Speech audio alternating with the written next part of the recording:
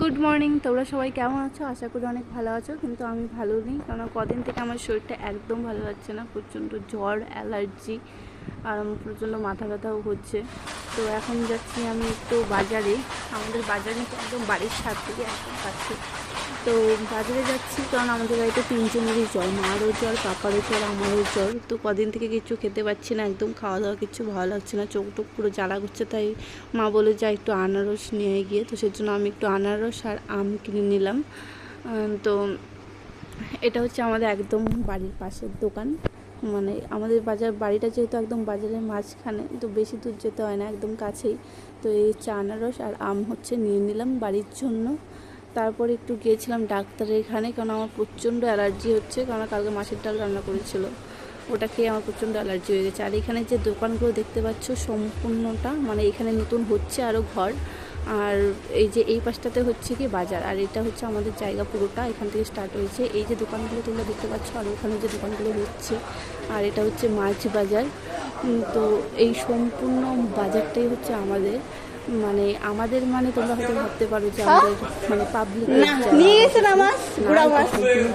আমাদের। আমার দাদাও সম্পূর্ণ দোকান। তো এটা বিশাল বড়, মানে অনেকটা বড় জায়গা আর কি। এখানে মানে প্রচুর দোকান আছে, প্রায় এক একটা লাইনে 15টা 13টা করে দোকান আছে।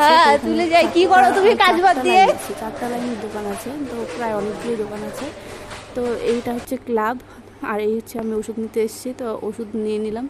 তো ওষুধ নিয়ে এখন যাচ্ছি বাড়ি। আর তোমরা অনেক আওয়াজ শুনতে পাচ্ছ হয়তো আমার কথা ছাড়াও, তো তোমাদের মনে হতে পারে এটা কিসের আওয়াজ। তো আমি যেহেতু দেবনাথ, তোমরা জানো আমার সারনেম দেবনাথ, তো আমাদের পাড়াটা হচ্ছে কাকের পাড়া। তো আমাদের এখানে পাড়ালো কাকের কাজ হয় সবসময়ই, তো সেটারই আওয়াজ এত শোনা যাচ্ছে। তো আজকে বাড়ি আসলাম, বাড়ি এসে দেখো মাকে দিয়ে দিলাম। তো মা নিতে যাচ্ছে না, বসে রেখে দিয়ে কারণ মারও শরীরটা ভালো লাগছে না, আর আমারও ইচ্ছা করছে না যে কেটে খাবো কিছু।